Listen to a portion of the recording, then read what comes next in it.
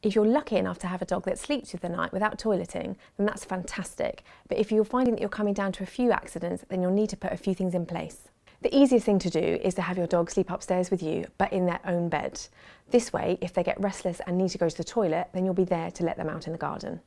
If this isn't an option, then by process of elimination, you'll have to experiment with the times that you get up to figure out what time your dog needs to go to the toilet. That way, you'll be able to keep your training on track. Although this sounds drastic, it's no different to what you would do if you were house training a puppy. Hopefully, you won't have to do this for very long, only until new habits are established. Ideally, during the first few weeks of establishing this new habit, you'll want to avoid leaving your dog alone.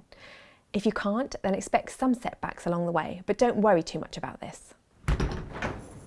If you do come home and find your dog has gone to the toilet, don't punish him. Simply act as though he hasn't gone.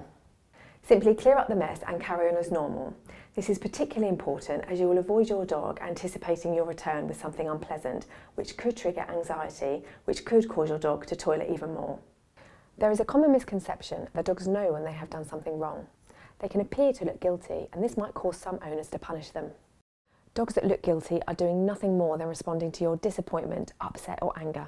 This is known as appeasement behaviour, which is a dog's way of diffusing tension in response to feeling threatened. It's a fact that punishment will not help house train your dog, so don't do it.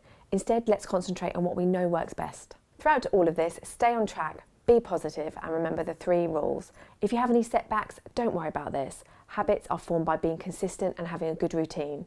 Just remember that dogs cannot train themselves, they need us to help them.